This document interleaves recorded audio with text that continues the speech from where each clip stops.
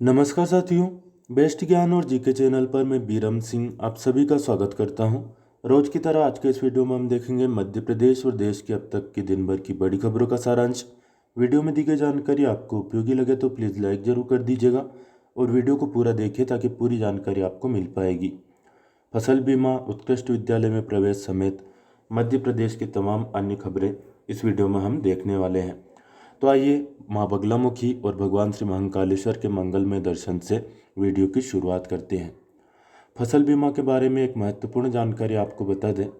अक्सर किसानों में धारणा बनी हुई है कि यदि पटवारी लिखेगा तो ही फसल बीमा मिल पाएगा, लेकिन ऐसा होता नहीं है। वास्तव में जो क्रॉप कटिंग एक्सपीरियंस होता है, यानी कि फसल कटाई प्रयोग होता है, उसके आधार पर फसल बीमा की राशि तय होती है। वास्तविक उपज का पूर्व से निर्धारित थ्रेशोल्ड उपज से तुलना करते हैं। यदि थ्रेशोल्ड उपज अधिक होगा तो फिर फसल बीमा का लाभ किसानों को नहीं मिल पाता है। तो अनावरी के आधार पर फसल बीमा की राशि तय नहीं होती है। इस योजना के तहत ग्राम बीमा इकाई है। इसमें भू अभिलेख द्वारा जारी रैंडम नंबर से चयनित खसरा में निर्धारित संख्या में फसल कटाई प्रयोग किया जाता है। 4 बार फसल कटाई प्रयोग की औसत उपज से फिर क्या होती है, वास्तविक उपज से तुलना की जाती है। यहाँ पर जो पिछले 7 साल की उपज है उसका औसत निकाला जाता है, और यदि वास्तविक उपज उस 7 साल के औसत से अधिक है तो फिर फसल बीमा किसानों को नहीं मिल पाता है। लेकिन उससे कम यदि वास्तविक उपज हुई हो तो ऐसी स्थिति में किसानों को फसल बीमा का लाभ मिल पाता है। बात करें फसल बीमा 2020 के संबंध में लेटेस्ट अपडेट की, तो हाल ही में नई दुनिया पेपर में खबर छपी थी जो कि अनेक अंकों में प्रकाशित हुई है अलग अलग जगहों से। उसमें दावा किया गया है कि फिलहाल प्रोसेसिंग चल रही है और अगले 3 महीनों के अंदर फसल बीमा की जो राशि है सोयाबीन की, वह किसानों के खाते में डाल दी जाएगी। हालांकि ऑफिशियल न्यूज़ ये नहीं है। प्राचार्य शासकीय उत्कृष्ट उच्चतर माध्यमिक विद्यालय माधवनगर कटनी विभा श्रीवास्तव ने बताया कि उत्कृष्ट विद्यालय में सत्र 2021-22 के लिए कक्षा 9वीं में प्रवेश लेने के लिए अंतिम तिथि 30 जून है। मेरिट सूची में शामिल विद्यार्थी 28 जून तक प्रवेश ले सकते हैं। निर्धारित तिथि के बाद प्रतीक्षा सूची वाले विद्यार्थियों के लिए प्रवेश की प्रक्रिया शुरू की जाएगी। 30 जून तक ही संपूर्ण प्रवेश की प्रक्रिया आयोजित होगी। 25 जून यही वह तिथि थी जब साल 1975 में इंदिरा गांधी के नेतृत्व में आपातकाल लागू हुआ था। भारतीय लोकतंत्र का काला दिवस के रूप में इस दिन को मनाया जाता है। 1975 में आज ही के दिन कांग्रेस ने सत्ता के स्वार्थ और अहंकार में देश पर आपातकाल थोपकर विश्व के सबसे बड़े लोकतंत्र की हत्या कर दी थी। असंख्य सत्याग्रहियों को रातों रात जेल की काल कोठरी में कैद कर प्रेस पर ताले जड़ दिए गए। नागरिकों के मौलिक अधिकार छीनकर संसद व न्यायालय को मूक दर्शक बना दिया गया। एक परिवार के विरोध में उठने वाले शरों को कुचलने के लिए थोपा गया आपातकाल आज़ाद भारत के इतिहास का एक काला अध्याय है।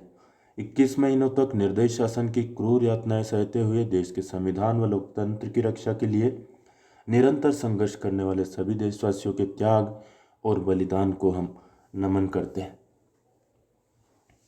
जीरापुर थाना ने महत्वपूर्ण कार्रवाई करते हुए जिले में मोटरसाइकिल चोरों के विरुद्ध अभियान को तेज कर दिया है। राजगढ़ जिले से यह खबर है। वाहन चेकिंग के दौरान मोटरसाइकिल चोर से जब्त की गई है मोटरसाइकिल जो कि चोरी की थी। आरोपीगण चरण सिंह सोंधिया और जसवंत सिंह सोंधिया निवासी ग्राम उभा फान को इस घटनाक्रम में गिरफ्तार किया गया है। नॉन इंटरलॉकिंग के चलते 5 ट्रेनों के रूट बदले गए हैं। बिना कटनी रेलवे ट्रैक पर खुरई मालखेड़ी रेलवे स्टेशन के बीच नॉन इंटरलॉकिंग कार्य के चलते 25 से 28 जून के बीच 60 ट्रेनें प्रभावित रहेगी। विंध्याचल एक्सप्रेस 5 दिन रद्द रहेगी। तो बिना कटनी मेमू स्पेशल खुरई कटनी के बीच चलेगी। इसके अलावा 5 अन्य ट्रेनों के मार्ग में परिवर्तन किया गया है। रेलवे अधिकारियों ने बताया कि मालखेड़ी रेलवे स्टेशन के पास तीसरी रेलवे लाइन जोड़ने के लिए नॉन इंटरलॉकिंग का काम किया जाना है। इसके चलते ट्रेन क्रमांक 01271 इटारसी भोपाल 25 जून से 28 तक रद्द रहेगी। इसके अलावा 01272 भोपाल इटारसी 29 जून तक रद्द रहेगी। इसके अलावा बीना से कटनी के बीच चलने वाली मेमू स्पेशल आंशिक रूप से रद्द की गई है। यह ट्रेन खुरई और कटनी के बीच चलाई जाएगी।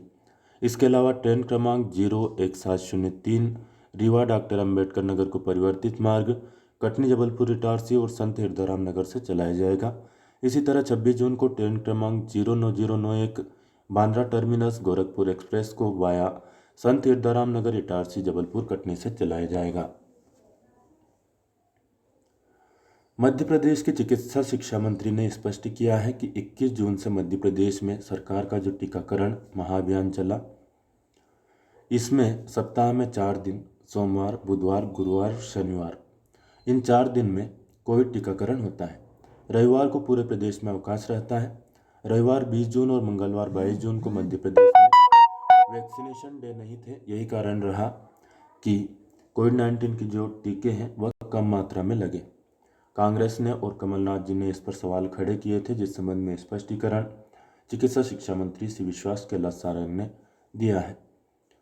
जिला प्रशासन द्वारा उज्जैन के बेगमबाग क्षेत्र के 250 परिवारों को बेगमबाग क्षेत्र से हटने के एवज में प्रत्येक परिवारों को 3 लाख रुपए की राशि दी गई है।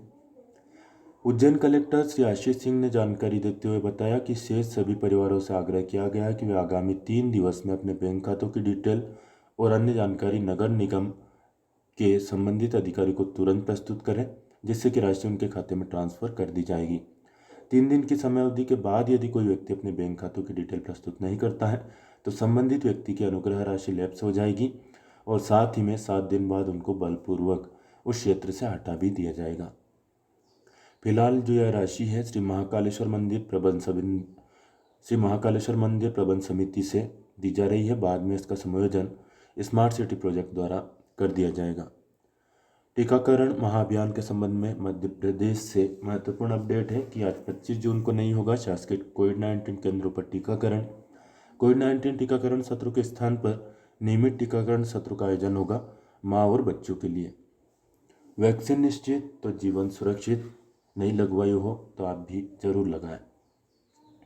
Writers institute for the study of journalism की डिजिटल रिपोर्ट 2021 के अनुसार लोक प्रसारक आकाशवाणी और दूरदर्शन समाचार के साथ साथ प्रिंट मीडिया ने श्रोताओं और पाठकों के बीच अपना भरोसा कायम रखा है।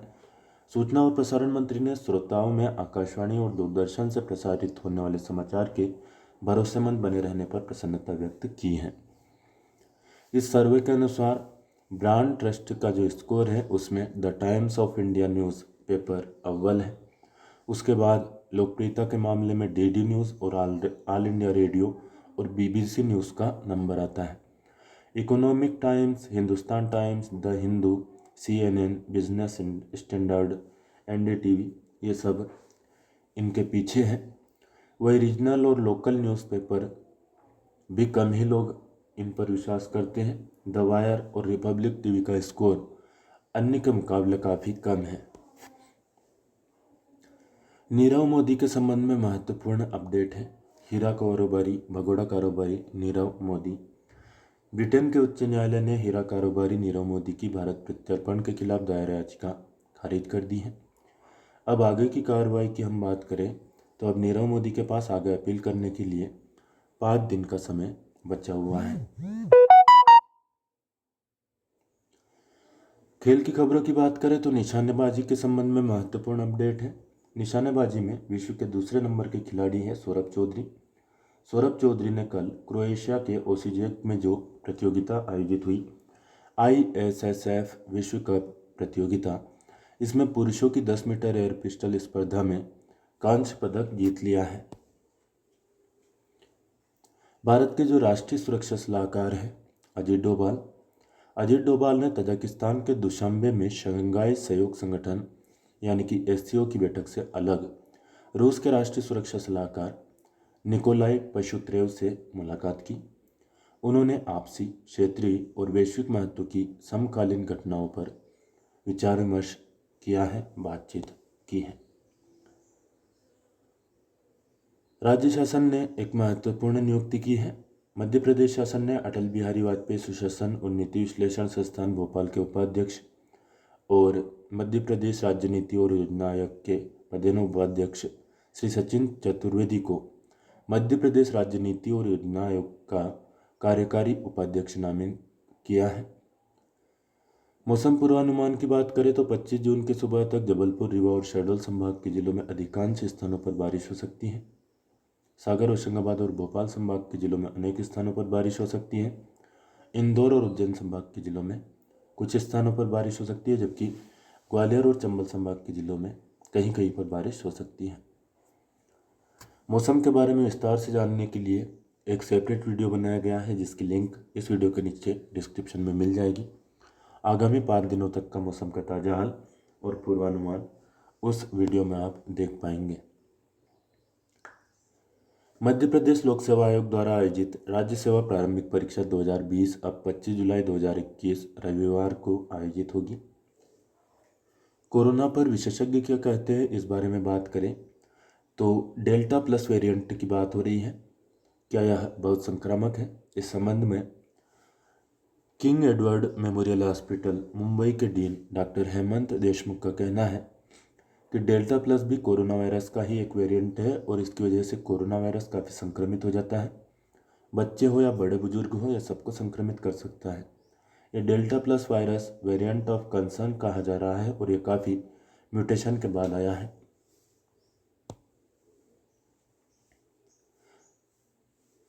एकीकृत बाल विकास परियोजना कार्यालय छतरपुर ग्रामीण तथा ईशानगर क्रमांक 2 द्वारा आंगनवाड़ी कार्यकर्ता और सहायिका पद की अंतिम चयन सूची जारी कर दी गई है।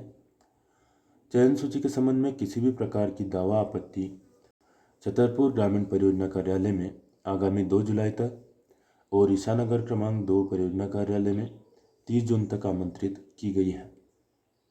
यह था दोस्तों मध्य प्रदेश की तमाम दिन भर की बड़ी खबरों का सारांश। वीडियो में दी गई जानकारी उपयोगी लगी तो प्लीज़ लाइक ज़रूर कर दीजिए। कोई प्रश्न या सुझाव आपका हो तो कमेंट करके पूछ सकते हैं या बता सकते हैं। सुझाव हो तो लाइक शेयर करना बिल्कुल ना भूलें। जो भी आपसे दोस्त जुड़े हो फेसबुक, व्हाट्सएप या टेलीग्राम ग्रुप पर, प्लीज़ उनको शेयर करें। चैनल को सब्सक्राइब ना किया हो तो सब्सक्राइब कर लीजिए, और सब्सक्राइब ऑलरेडी कर चुके हो तो बेल आइकन यानी कि घंटी का बटन ज़रूर प्रेस कर देना। एक सदविचार के साथ इस वीडियो को समाप्त करते हैं।